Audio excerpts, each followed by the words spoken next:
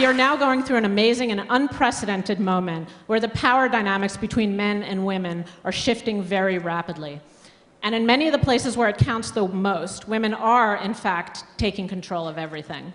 In my mother's day, she didn't go to college, not a lot of women did, and now, for every 2 men who get a college degree, 3 women will do the same.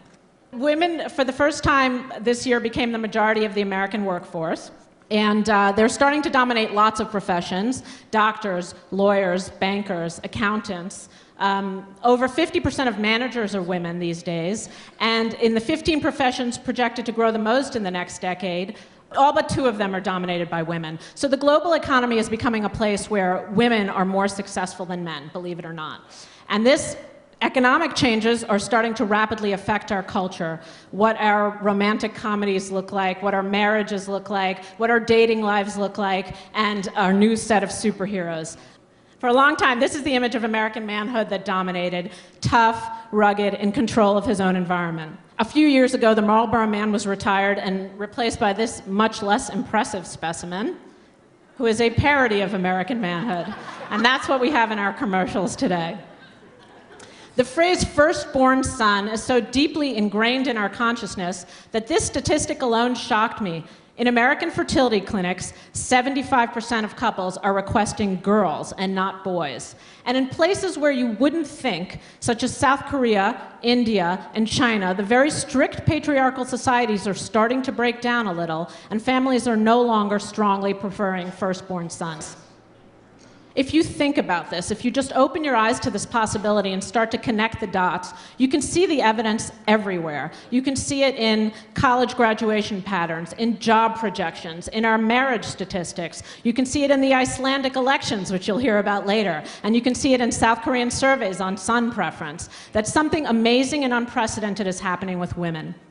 Certainly, this is not the first time that we've had great progress with women. The 20s and the 60s also come to mind. But the difference is that back then, it was driven by a very passionate feminist movement that was trying to project its own desires. Whereas this time, it's not about passion and it's not about any kind of movement. This is really just about the facts of this economic moment that we live in.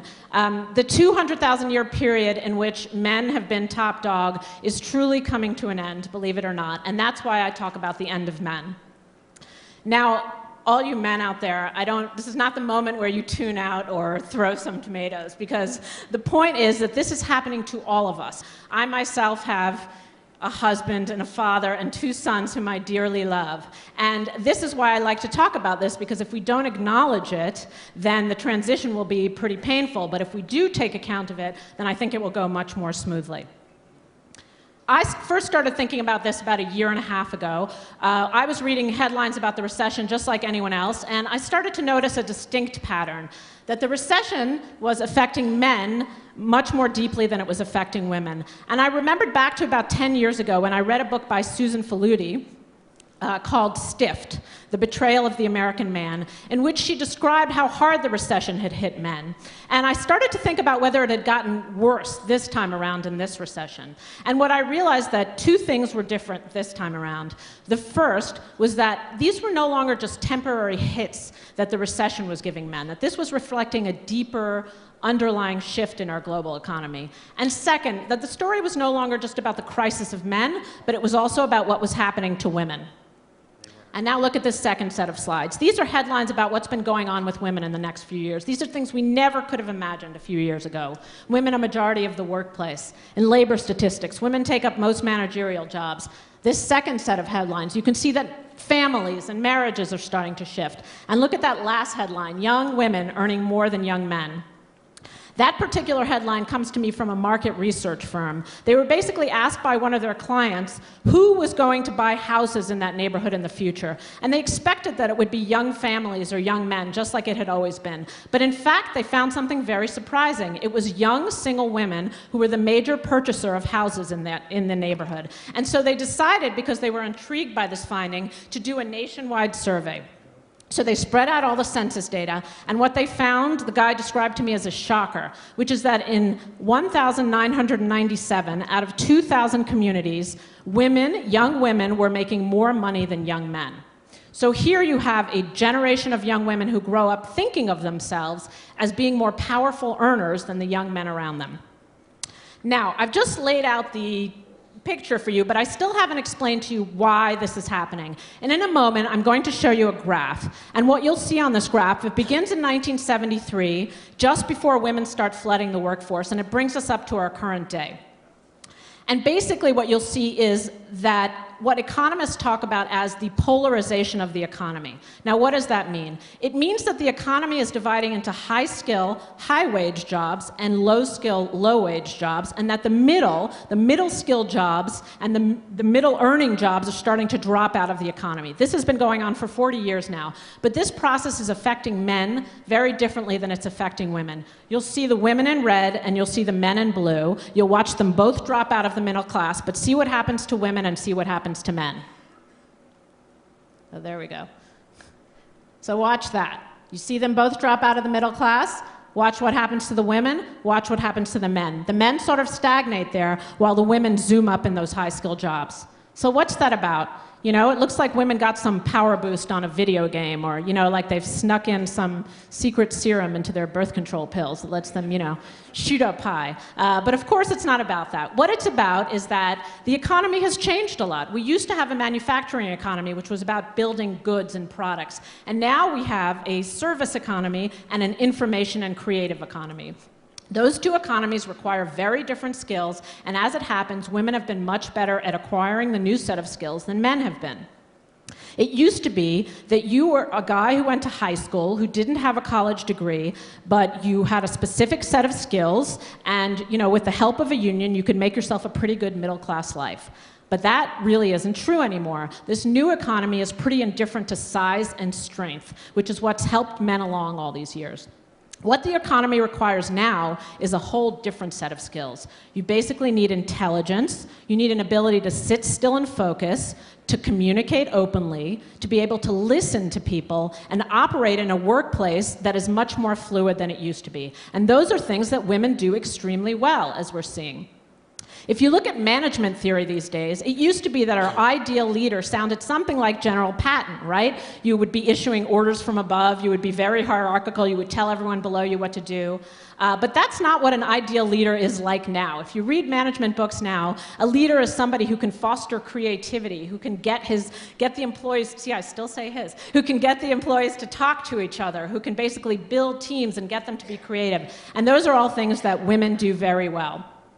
And then on top of that, that's created kind of a cascading effect. Women enter the workplace at the top, and then at the working class, all the new jobs that are created are the kinds of jobs that wives used to do for free at home. So that's childcare, elder care, and food preparation. So those are all the jobs that are growing, and those are jobs that women tend to do.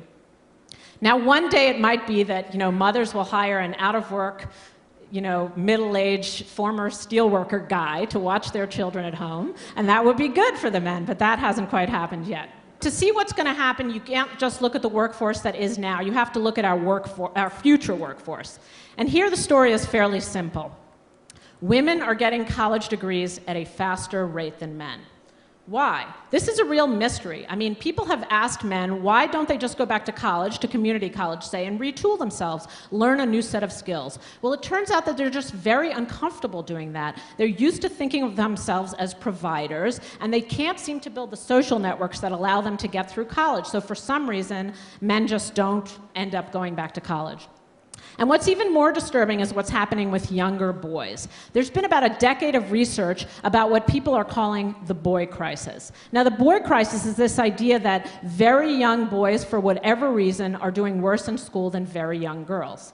And people have theories about that. Is it because we have an excessively verbal curriculum and little girls are better at that than little boys, or that we require kids to sit still too much, and so boys initially feel like failures? And some people say it's because in 9th grade, boys start dropping out of school. Because I'm writing a book about all this, I'm still looking into it, so I don't have the answer, but in the meantime, I'm going to call on the worldwide education expert, who's my 10-year-old daughter, Noah, to talk to you about why the boys in her class do worse.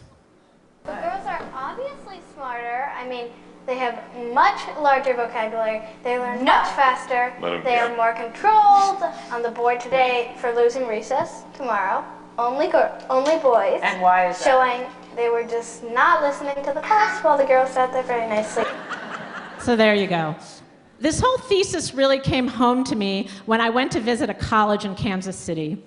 Working class college. Certainly when I was in college, I had certain expectations about my life, that my husband and I would both work and that we would equally raise the children. But these college girls had a completely different view of their future. Basically, the way they said it to me is that they would be working 18 hours a day, that their husband would maybe have a job, but that mostly he would be home taking care of the kiddies. And this was kind of a shocker to me. And then here's my favorite quote from one of the girls. Men are the new ball and chain. Now you laugh, but that quote has kind of a sting to it, right? And I think the reason it has a sting is because thousands of years of history don't reverse themselves without a lot of pain. And that's why I talk about us all going through this together. The night after I talked to these college girls, I also went to a men's group in Kansas. And these were exactly the kind of victims of the manufacturing economy which I spoke to you about earlier. They were men who had been contractors, or they had been building houses and they had lost their jobs after the housing boom. And they were in this group because they were failing to pay their child support. And the instructor was up there in the class explaining to them all the ways in which they had lost their identity in this new age. He was telling them they no longer had any moral authority, that nobody needed them for emotional support anymore, and they were not really the providers. So who were they? And this was very disheartening for them. And what he did was he wrote down on the board $85,000, and he said, that's her salary. And then he wrote down $12,000. That's your salary. So who's the man now? He asked them. Who's the damn man? She's the man now. And that really sent a shudder through the room. And that's part of the reason I like to talk about this, because I think it can be pretty painful and we really have to sort of work through it. And the other reason it's kind of urgent is because it's not just happening in the US, it's happening all over the world. In India, poor women are learning English faster than their male counterparts in order to staff the new call centers that are growing in India. In China, a lot of the opening up of private entrepreneurship is happening because women are starting businesses, small businesses, faster than men. And here's my favorite example, which is in South Korea. Over several decades, South Korea built one of the most patriarchal societies we know about. They basically enshrined the second-class status of women in the civil code. And if women failed to birth male children, they were basically treated like domestic servants. And sometimes family would pray to the spirits to kill off a girl child so they could have a male child. But then over the 70s and 80s, the South Korean government decided they wanted to rapidly industrialize. And so what they did was they started to push women into the workforce. Now, they've been asking a question since 1985, how strongly do you prefer a firstborn son? And now look at the chart. That's from 1985 to 2003. How much do you prefer a firstborn son? So you can see that these economic changes really do have a strong effect on our culture. Now, because we haven't fully processed this information, it's kind of coming back to us in our pop culture in these kind of weird and exaggerated ways, where you can see that the stereotypes are changing. And so we have on the male side what one of my colleagues likes to call the omega males popping up, who are the males who are romantically challenged losers who can't find a job. And they come up in lots of different forms. So we have here the perpetual adolescent. We have the charmless misanthrope. Then we have our Bud Light guy, who's the happy couch potato.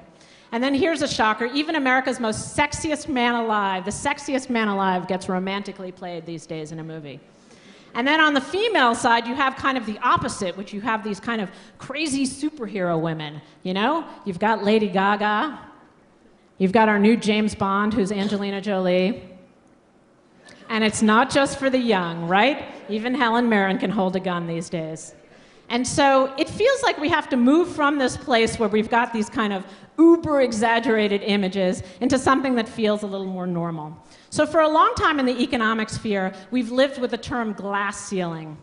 Now, I've never really liked this term. For one thing, it puts men and women in a really antagonistic relationship with one another, because the men are these kind of devious tricksters up there who've put up this glass ceiling, and we're always below the glass ceiling, the women. And, you know, it's like we have a lot of skills and experience, but it's a trick, so how are you supposed to prepare to get through that glass ceiling?